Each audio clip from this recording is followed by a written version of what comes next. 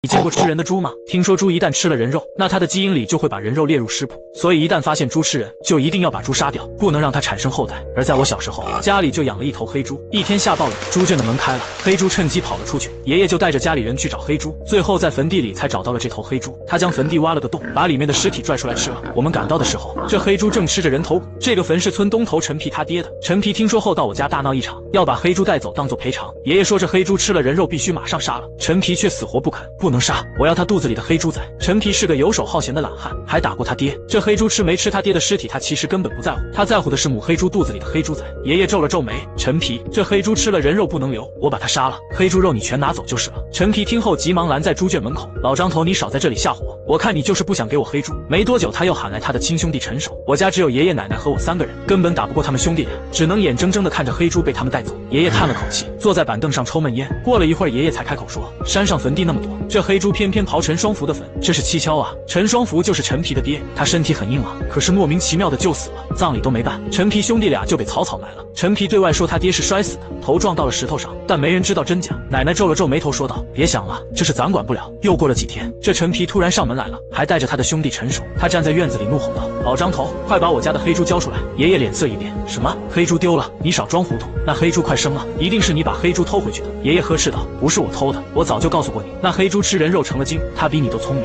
快带我去看看。陈皮愣在原地没说话，而爷爷已经朝着他家去了。陈皮家的猪圈是用木头围栏简单搭建的，黑猪只要轻轻一跳就能跳出来。爷爷着急地说，快去找黑猪，找到后必须杀掉。陈皮没好气地说，老张头，这黑猪真不是你偷的吗？爷爷立马瞪了陈皮一眼，那眼神带着凶狠，我从来没见过爷爷这样。陈皮识趣地闭上嘴，但又小声嘀咕着，一头黑猪而已，还能杀人不成？陈皮话音刚落，就见隔壁的张婶小跑过来，他气喘吁吁地说，不好了，张叔，王老三的媳妇死了，就死在山脚下。爷爷着急地说，快带我们过去啊。村里人都跟着去了山脚，王老三媳妇死得极惨，肚子被撕开，里面的五脏六腑被吃个干净，2条腿被咬烂。懂行的人都知道，那是黑猪的牙印。王老三媳妇是个刻薄的人，他和陈双福是邻居，他家院子小，陈双福家院子大，他就故意把干柴堆到陈双福的院子里，欺负陈双福。陈双福的俩儿子不但不管这事，甚至还帮着王老三媳妇骂陈双福。村里人都知道王老三媳妇和陈皮哥俩有事，但没人告诉王老三，毕竟他在外面打工，常年不回家。这回王老三媳妇死了，还是被黑猪咬死了。陈皮顿时慌了，这黑猪咋还吃人呢？爷爷没回答，转头对村里人说道，所有男人留下，女人和小孩回去把门窗锁好，今晚必须杀黑猪。村里人面面相觑，没人说话。过了一会儿才有人开口，张叔，这黑猪要是抓到能分肉不？人群里传来哄笑声，紧张的气氛变得缓和了些。陈皮瞪了那人一眼，分什么分？那是我家的黑猪，你家的黑猪自己抓呗。就是，那就你自己抓。爷爷连忙打圆场，那黑猪吃了人，他的肉不能吃。爷爷说完这话就没人说话了，村里人都按照爷爷说的做，女人和小孩回家，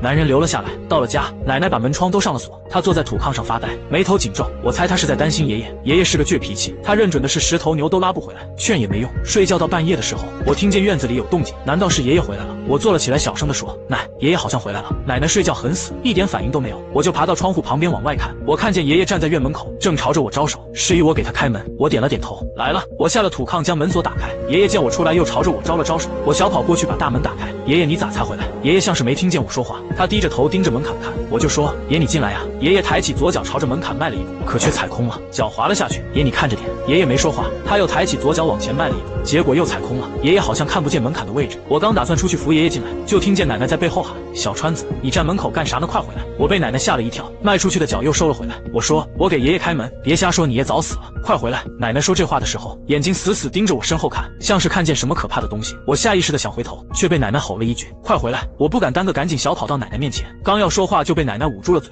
她另外一只手抓住我的头，不让我乱看。随后奶奶朝着院门口的位置喊道，人死不能复生。奶奶话音刚落，我就听见一阵刺耳的黑猪叫，那叫声像是在杀猪。奶奶捂住我的耳朵，抱着我进屋，又把门上了锁，弄来锅底灰倒在门口。我小声问奶奶，你这咋了？奶奶的额头都是汗，手也在抖，明显是吓到了。奶奶说，没咋，快睡觉，可爷爷还在外面呢。奶奶瞪了我一眼，瞎说，那不是你爷爷，你看错了。随后奶奶也不说话，直接把我抱到被窝里就睡觉了。奶奶生气了，我不敢惹她，老老实实的把眼睛闭上。等我再次睁眼，已经是第2天中午了。我喊了一声奶，没人回应。我下了土炕去院子里找奶奶，可我找了一圈都没找到奶奶。问了隔壁的李婶才知道，今日一早奶奶就去后山了。于是我连忙小跑到后山，后山的山脚有很多人围成一个圈子，我好不容易才挤到最里面，只见奶奶就站在圈子里，她枯瘦的手掐在腰上，怒吼道：“都别走，小川子他爷还在山上，你们都走了算怎么回事？”奶奶是个强势的人，总是说着心口不一的话，她那神情分明是在强撑。她想求村里人别走，帮忙找爷爷，可她不会求人，只会跟人讲道理。村里人面面相觑，没人说话。奶奶又说：“黑猪没抓到，咱们村子也不会安生。小川子他爷本来可以不管这事，他管这事还不是为了村子？你们不能走，跟我上山去找小川子他爷。”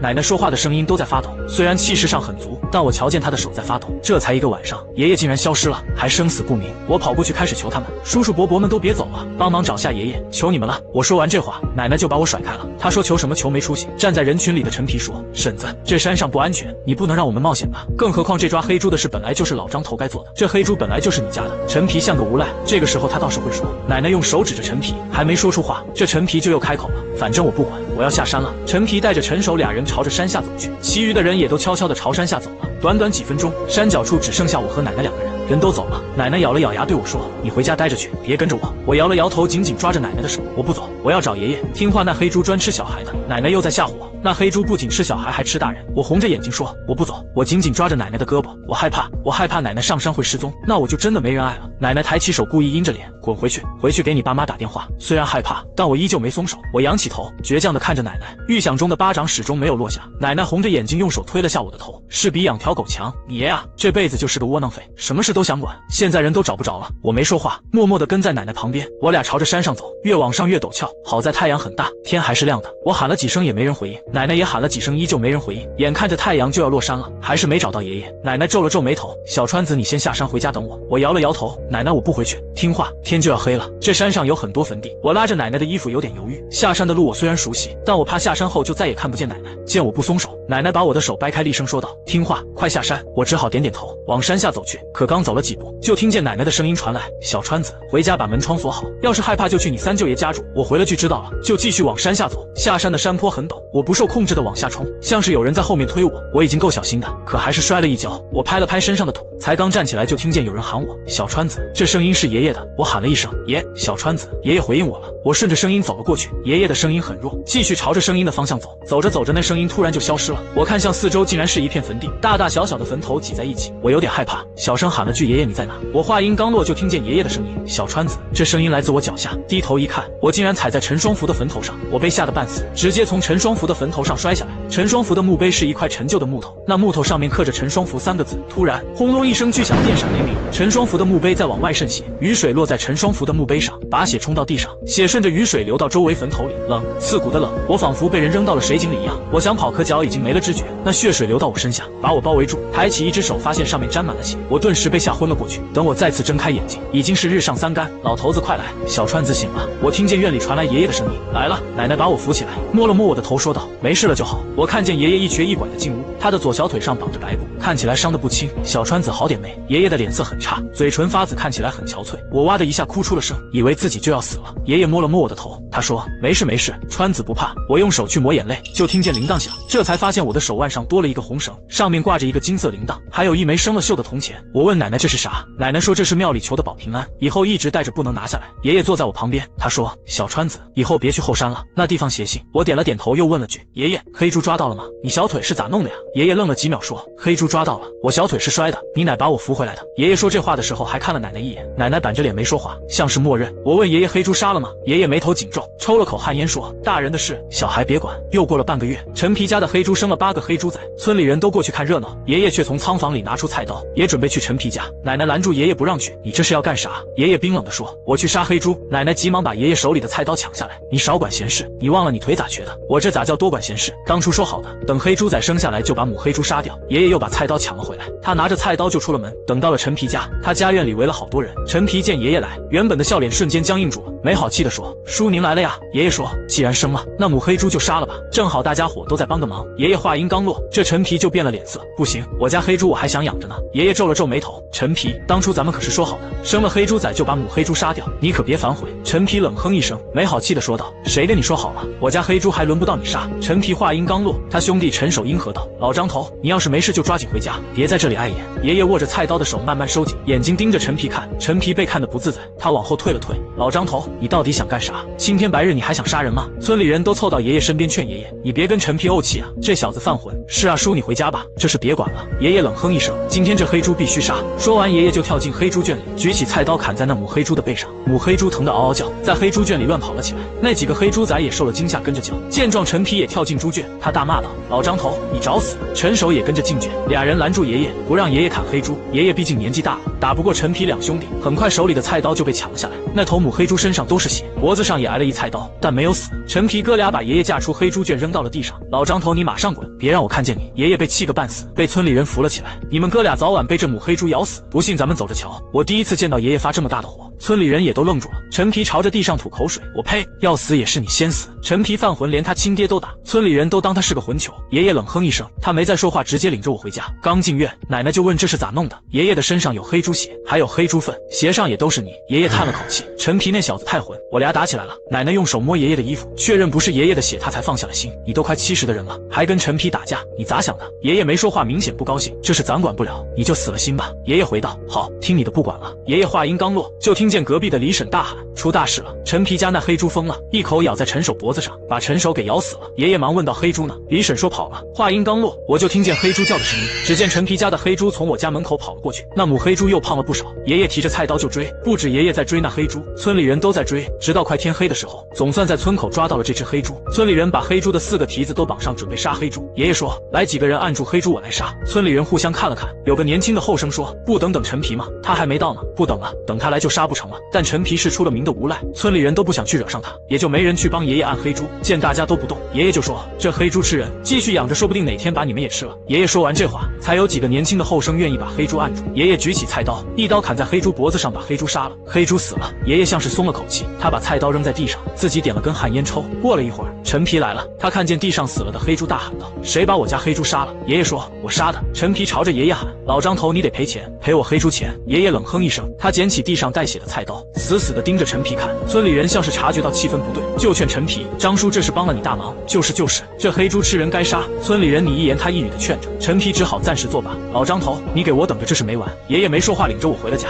回家的路上，他嘴里哼着小曲，看着心情不错。奶奶见状就问啥情况，爷爷笑着说：我把黑猪杀了。奶奶的脸上也难得露出了笑，她松了口气。等到傍晚，陈皮腰上系着白色的布条，手里拿着桃木做的碗，里面装了半碗黑狗血。陈皮这是来我家淘米了。我们村有个习俗，这横死的人不愿意走，得吃了百家饭才能送走。这陈皮是来给陈守淘米的。奶奶从仓房里拿出1粒米，放到桃木碗里。陈皮朝着奶奶拜了拜，这是规矩。临走的时候，陈皮突然开口：叔婶，我兄弟好歹也是你们看着长大的，他要走，你们来送一下不？陈皮说这话的时候，眼睛死死盯着爷爷，但不是凶狠的眼神，而是那种哀求的眼神。爷爷皱了皱眉，他说：等会儿我就过去。闻言，陈皮朝着爷爷道谢几句就走了。陈皮走后，奶奶也没说啥。这人死如灯灭，都是一个村的人，就算生前再厌恶这死了，也得过去送送。陈守是横死的，他下葬得过了晚上11点才行。我们几个人去了陈皮家，他家已经来了不少人。陈守的尸体被白布裹上，就放在一块木板上，连口像样的棺材都没有。陈皮把讨来的米混着黑狗血倒在裹尸布上，嘴里还嘀咕着什么。村里人都围在旁边看，大气都不敢喘。时间1分1秒的过去，到了晚上11点，陈皮喊了几个年轻人抬陈守，可刚把陈守抬起来，就听见刺啦一声，裹尸布突然裂开一个口子，里面的陈守尸体露出了一只眼睛来。抬陈守的几个年轻人被吓得半死，都跑开了，没人敢上前。陈皮顿时变了脸色，说话都变得磕巴起来。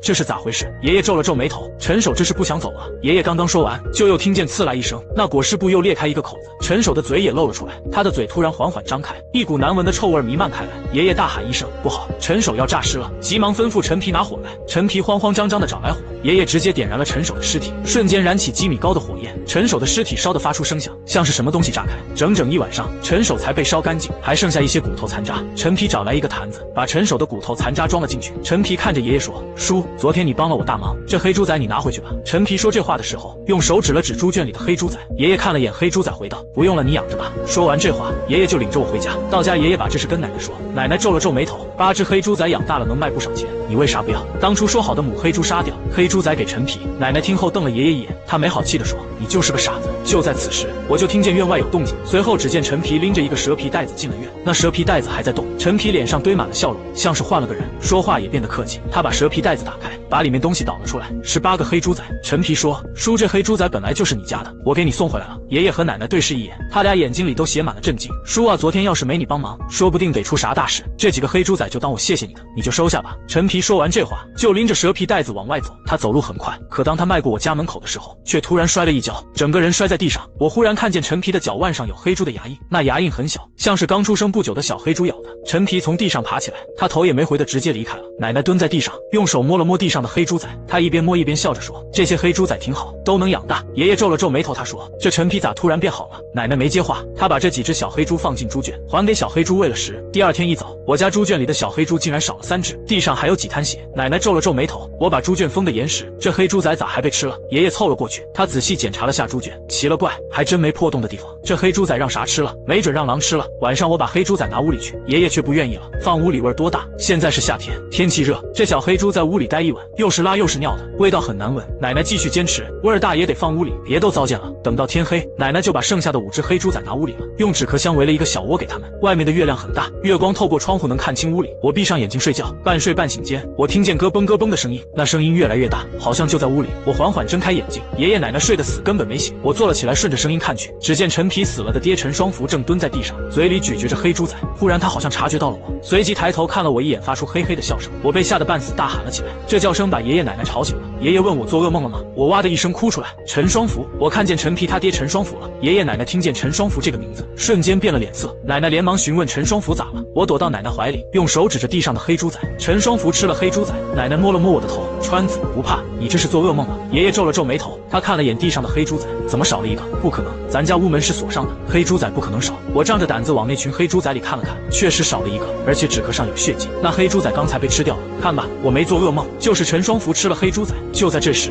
我看见一只小黑猪仔抬头看了我一眼，随后就躲到里面去了。奶奶用手摸了摸我的头，川子不怕，明天我去找陈皮，问这些黑猪仔咋回事，实在不行就都杀了。爷爷说这些黑猪仔有些不对劲，先把他们放猪圈里吧。说完，爷爷披了件衣服，就把地上的黑猪仔搬了出去。等我再次睁眼，已经是第2天早上，我家猪圈里的5只黑猪仔都没了，猪圈里又多了几滩血。爷爷皱了皱眉头，他抽了几口旱烟说：“我去找陈皮问问。”奶奶明显心里有火，她也想去找陈皮。我跟你一起去。爷爷说：“你别去了，我去就行。”奶奶不答应，她直接朝着院子外面走。我和爷爷急忙跟了上去。等到了陈皮家，奶奶顿时傻眼了，只见陈皮就死在院里，他的头骨被咬碎，5脏6腑都被吃了，身上都是黑猪的牙印。陈皮被黑猪咬死了。奶奶说话的声音都在发抖。那黑猪不是死了吗？爷爷的脸色很难看。难道是黑猪仔？那些黑猪仔可能还活着。奶奶愣了几秒，黑猪仔那么小，它能咬死陈皮吗？陈皮身上的黑猪牙印明显是很大一头黑猪咬的。爷爷摇了摇头，老婆子，收拾东西咱们走。奶奶愣了几秒，走，咱们能去哪里？爷爷说陈双福这是在报复啊，我杀了母黑猪拦着他害人，他肯定会报复咱们的，快走吧。奶奶皱了皱眉头没说话。爷爷奶奶领着我回家，把家里值钱的东西都收拾好。爷爷套好驴车说，从咱家到镇上几十里的山路不好走，咱们抓紧点，天黑之前咱们得走到镇上。奶奶点了点头，行，现在就走。随即爷爷赶着驴车就朝着镇上走。这一路上都是崎岖的小路，在树林里穿梭，